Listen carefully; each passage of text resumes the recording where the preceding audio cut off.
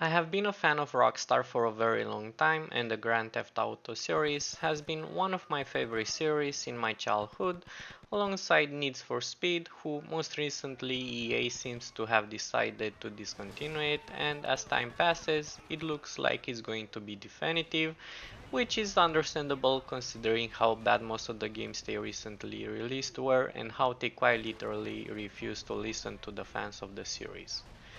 Grand Theft Auto has been part of my early gaming childhood for a very long time, alongside games like Revolt or Toka Race Driver, which I know that most people don't have a clue about those games and they sound like ancient history.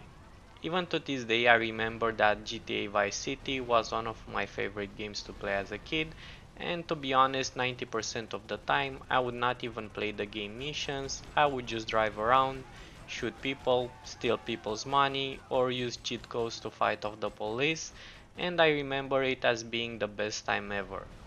Then after a while I discovered the GTA San Andreas and I remember my brother's PC being so shit that it ran it at 5 FPS, making it impossible to play. So after a few years when we got the new War 1, I remember being able to play it and considering it one of the best games I ever played, and that statement can be true even to this day.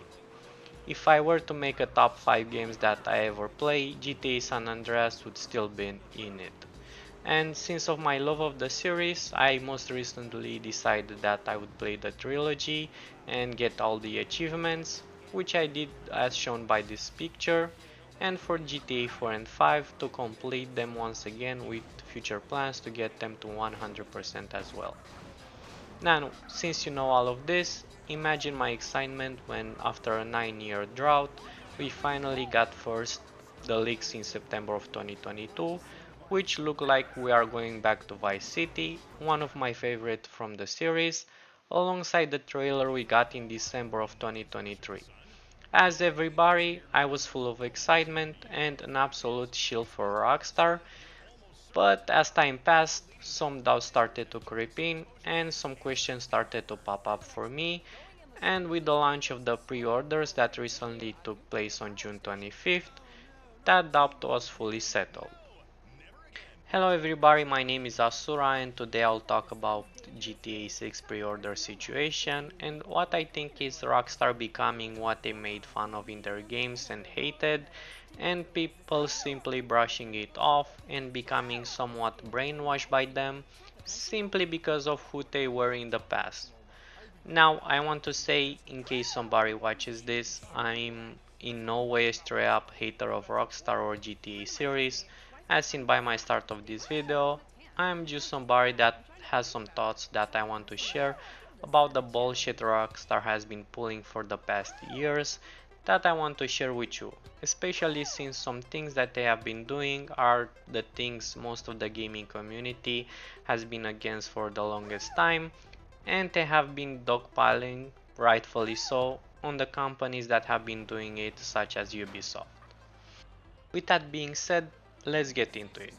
Before talking about the event of the pre-order of GTA 6, where some people started to realize who Rockstar is as of recently, I want to go way back and talk about some things Rockstar did and things that should normally worry you. So, let's talk about the first thing, which is the amount of games Rockstar has released since the last GTA in 2013, and the amount of games is exactly one. Just one game in the past 13 years. Leaving aside the VR modes of some of the games and the dogshit remasters of the original trilogy of GTA, Rockstar has launched only one game in the past 13 years, and that is Red Dead Redemption 2. Now, don't get me wrong, RDR2 is an absolute masterpiece of a game, but for a gaming company, one game in 13 years is questionable at best, and it is something to keep in mind. With that being said, let's look at the timeline of GTA 6. For the first years since GTA 5, 2013 to 2017, according to some sources, GTA 6 was just a conceptual thing.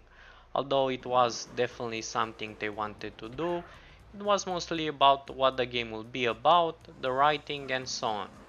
After the release of RTR2, 2018 to 2026, is the actual development time for GTA 6, and it is rumored it costed them over $2 billion. Now, let's think about that. First of all, no game, and I mean no game unless you absolutely revolutionize with things that we did not even know were possible, is worth $2 billion. About the timeline, where initially GTA 6 was just a concept for around 4 to 5 years, is also quite interesting. Initially, GTA games would take somewhere around 4 to 5 years to be released, which is the time for the conceptual GTA 6 to be put to works. And you might think it's just simply Rockstar trying their best to be sure they came out with the best product. I have a different idea on this. You see, if you are somebody that played GTA 5 online, you would have an idea why they did not give a fuck for a long time about releasing a new GTA. And that simply put is GTA Online has been printing money through a thing called shark cards. Now, you might wonder what shark cards are.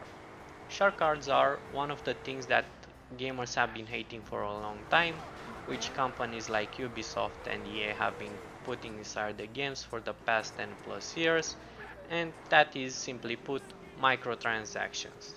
Through shark cards, you would be paying real money, and a lot of them, to get fictional money inside the game so you could either progress faster or buy the things you like. Yeah, the rockstar that have been making fun of capitalism through their story or dialogue between characters and radio bits added microtransactions in one of their games. Not only this, they even stated officially that they do not like PC gamers because of two things. First, a vast majority of them refuse to buy shark cards, and because of modders and hackers on PC, a lot of them get money for free and even give it to other players. Most recently, Rockstar has launched an enhanced version of GTA 5, which practically does not enhance almost anything.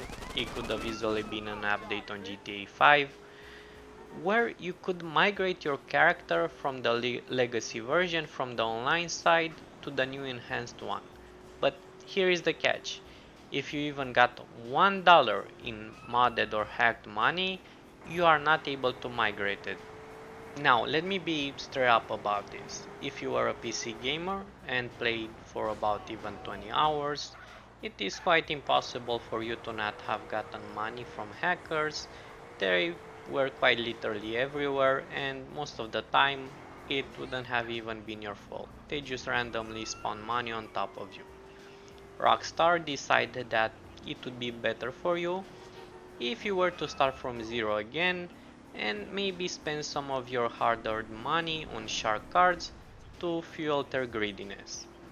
With all of that being presented, it is quite clear why Rockstar did not give two shits about releasing a new GTA game and in general multiple games in the past 13 years.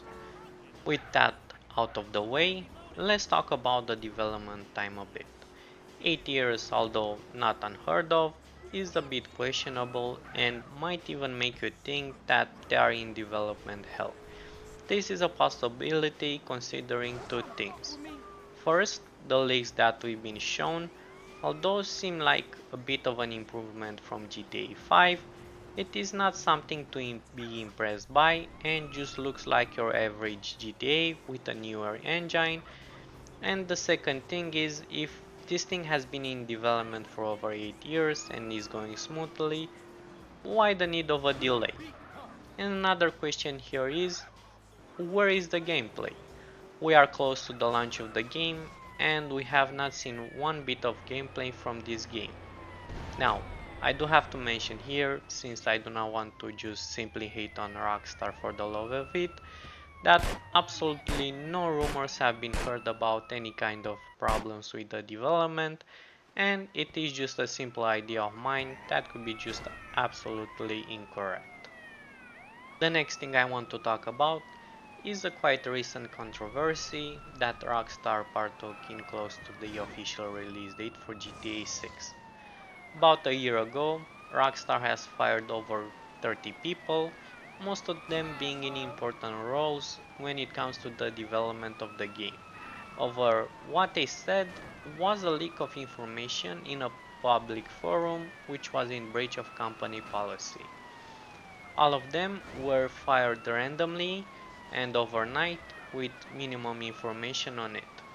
In actuality, what happened is that these people were really close to forming a union, so Rockstar decided to actually fire them to counter this.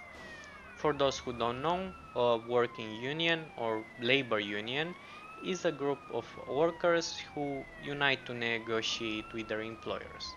By acting as a team rather than individuals, workers gain the power to secure better pay, safer conditions, and fair treatment. So, these people, who most of them were really important to actual game development within Rockstar North, were fired overnight unlawfully simply because they were thinking to group up to be sure that they are treated fairly, and Rockstar said, "We don't do that here." Here's a statement from Jordan, who was part of Rockstar Node for over 11 years. "We were talking about working conditions, policy, not talking about projects or anything like that, just talking about conditions. That to me feels like an essential, necessary part of organizing. How can you organize a workplace if you can talk about the conditions there?" After this happened, a protest took place at Rockstar North, and a trial is actually ongoing in UK in regards to this. This incident was also said to be one of the reasons the game got delayed from its original May release all the way to November of 2026. Now, after discussing all of those marvelous things, let's talk about one final point before talking about the pre-order. The final point is the latest game in the series, and that is GTA 5. Now, here I'll be as straight up as possible. For me, GTA 5, besides GTA 3, was practically their first real GTA in the series, since the previous two were whole different games that quite honestly look like one of them 2008 phone games, is the weakest in the series, since the word worse is not quite right to call it. GTA 3 is the weakest simply of the fact that it's the first one, and it's clear that it's trying to test out what they were trying to do, with later on improving on top of it, which they massively succeeded. Why do I say that I think GTA 5 is second the weakest GTA game? Well, let's talk about the different parts of the game. The story? Sure, it was fine, but the others were better. Graphics? Pretty good graphics, but nothing revolutionary. Gameplay? Quite honestly, just an improvement on what we already had. The shooting feels good, the driving feels good, but nothing new. Even the heists they put up so much focus on were not something new to this game. They have been part of the core of GTA before this. The map? Sure, it was alright, but it quite honestly feels like reheated leftovers of GTA San Andreas. Matter of fact, I think it's one of the weakest things of the game. It took the greatest map of the series and turned it in a soulless version of it.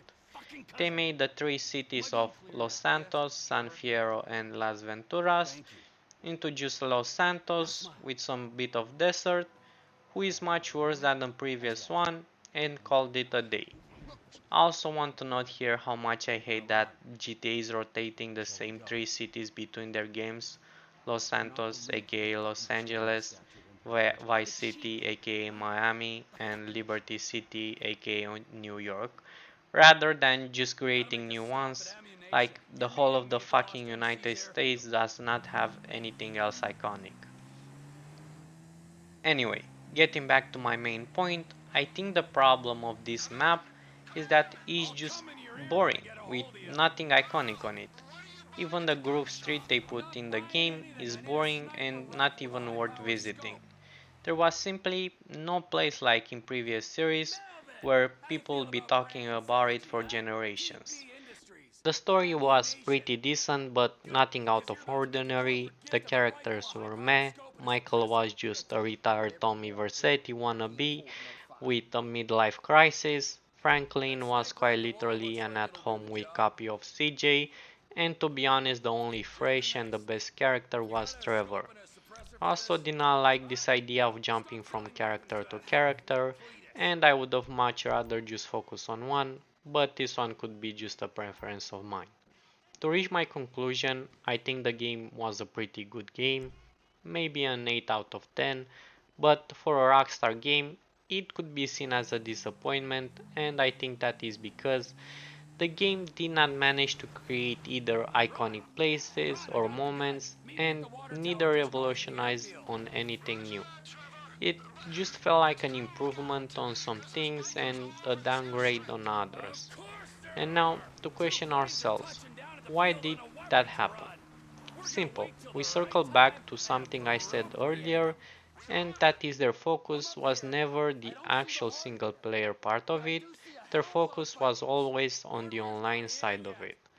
This was clear once the online side was launched and they kept pumping up content on it. Matter of fact, they did this for over 12 years.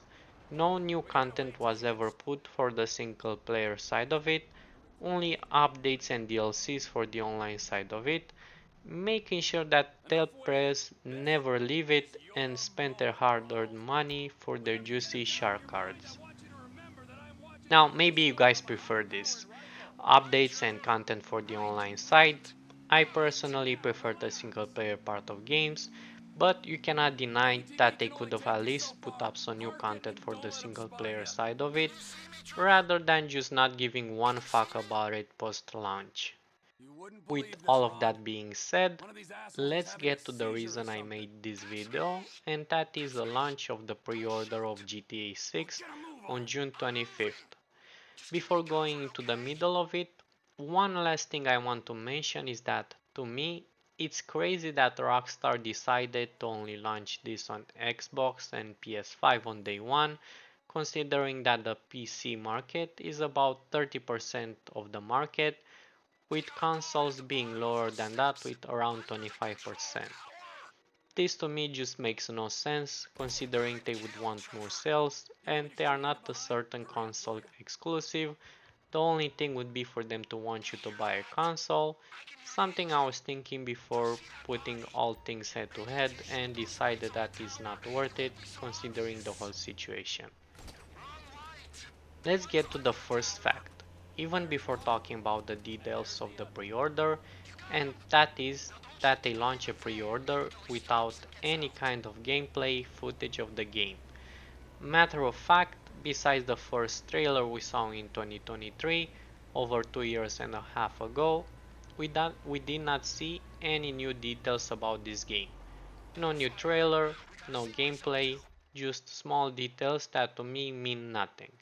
They are just details about some areas, cars, and anecdotes about the story. Although you might say it's fine, it's Rockstar, they are that one company that you could trust with a pre-order without gameplay because they will deliver. I want to ask you, are you sure about that considering everything that I presented so far? With that in mind, let's move to the second fact, and that is the price. Before going on about it, let me make it clear why this is important and why it shouldn't be taken as is just a price for the best game that is about to launch in the past 10 years. Rockstar is a company that through its actions can dictate the market and the whole gaming industry due to its power and history. GTA 5 is the third best selling game of all time, with more than 250 million units sold. Above this are Tetris and Minecraft, and to be honest, Minecraft is an online game that has been going for more than 17 years at this point, and Tetris is there since ancient history. So you can understand on how important this is. GTA 6 base edition pre-order price was $80, setting a new damaging standard for the game market. The only game that tried this before and failed miserably was The Outer Worlds 2. It went so bad they changed that price to 70 ASAP. For a long time, the standard price for AAA games was $60. Most recently, almost all of the big gaming companies started pricing their new games at 70, making it the new market standard. But because of this move from Rockstar, a lot of them will start pricing their games from now on to $80.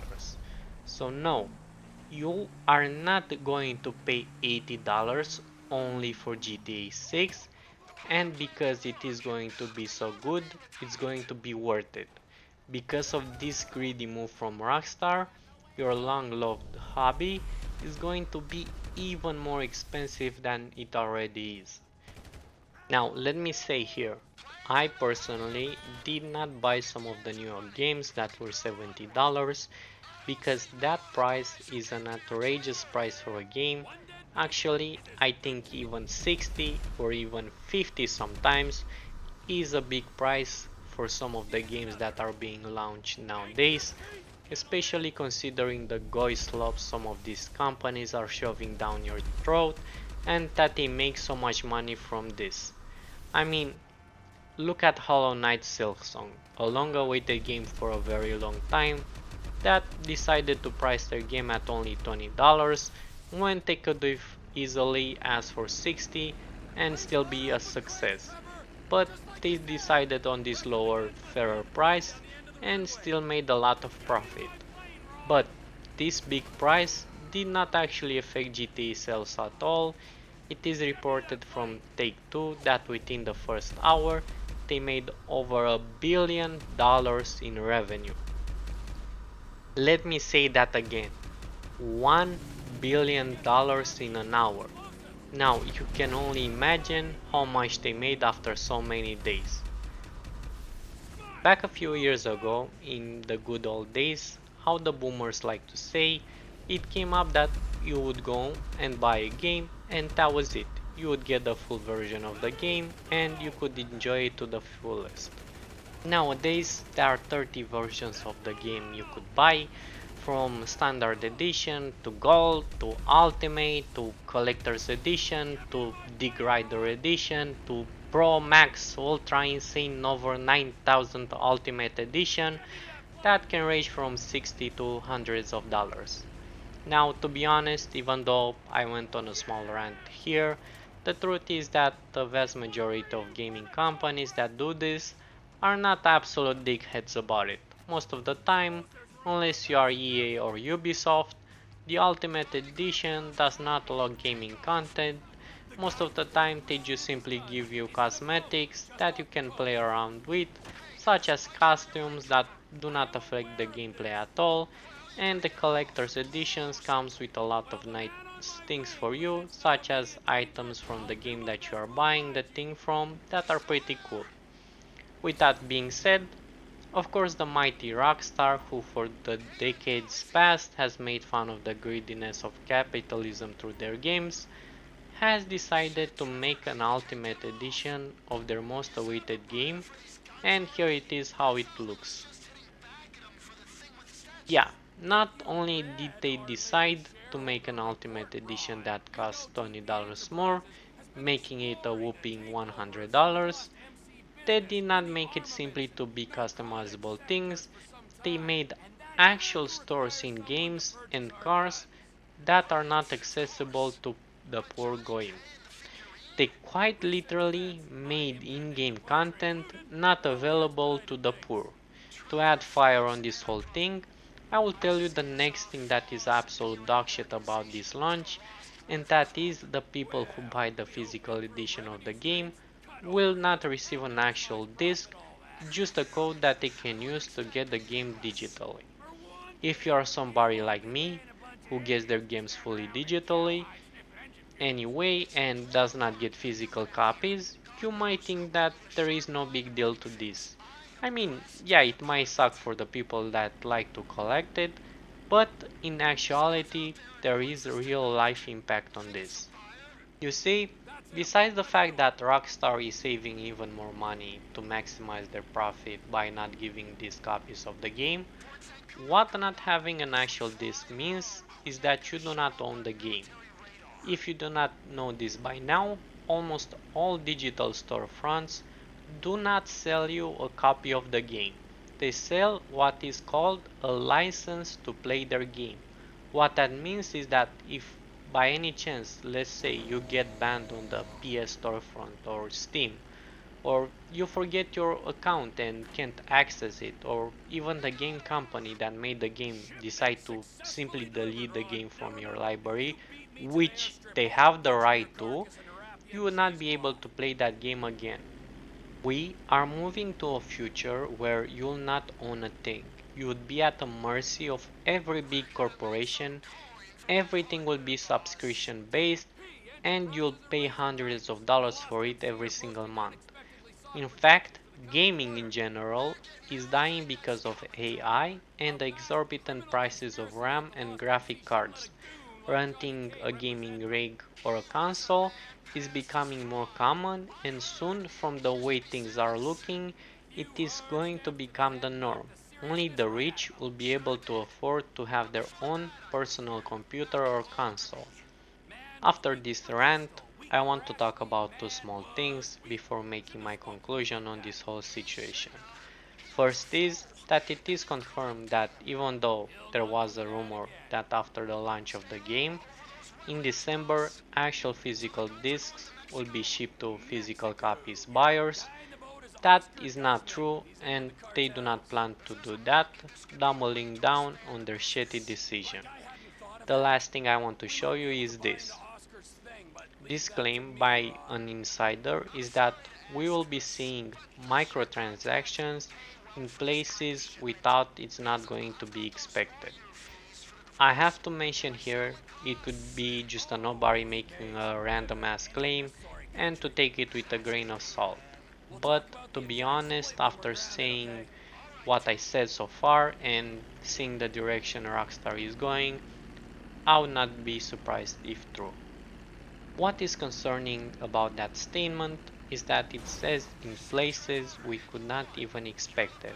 And I truly wonder what that means. One funny thing I thought about is if you need gas to drive the car, to go to a gas station and be asked to pay actual real money.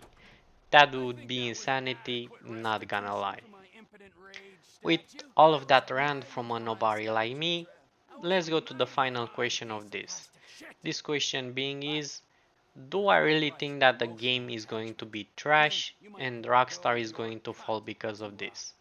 No, I actually think that the game is going to be decently good and Rockstar won't face any kind of problems for the coming years at all.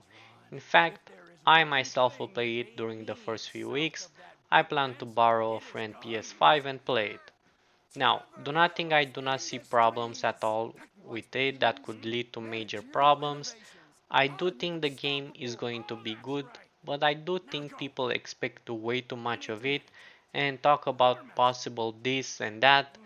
But the reality of it is that the game is just going to be an improvement of GTA 5, with the focus being on the later version of the online part of it, that is most likely be full of microtransaction. Now, the final question after this statement is, what was the purpose of it all if I think that although the game is going to be an average good GTA? Well, the first thing is that it is important for the average person to be aware of these facts before taking the decision to invest their hard-earned money into the pockets of Rockstar that are greedy and slimy as any other big gaming corporation as of lately, and they are not the old beloved Rockstar. The other thing would be that is important to have this kind of discussion rather than taking all the bullshit these big companies are spewing our way and push back and let them know we do not like the shit they are pulling. A discussion and the feedback needs to be given to Rockstar and other companies about the price, the long time it takes for them to be put out, and the lacked content they put behind even more money they want us to dish. Constant feedback needs to be given directly to Rockstar, and discussions need to happen online on any kind of platform like Twitter or having YouTube videos like this being made to make people and Rockstar aware that this is not right and we want improvement on them. Actions like refusing to partake in pre-orders without any actual gameplay being presented and questionable decisions being taken before should be taken, especially since there is no advantage in pre-ordering this game, only that of filling the pockets of this greedy corporation that cannot even provide a disc for the ones that buy a physical edition of it. You should not be a shield of Rockstar or a dig rider simply because they are a company known in the past for providing a good product. Long lost history shouldn't matter, especially considering their recent decisions, and they should be held accountable for their actions as we do with other companies that take really bad decisions such as Ubisoft and EA. That was all from me. Thank you to anyone that watched this, if there is somebody.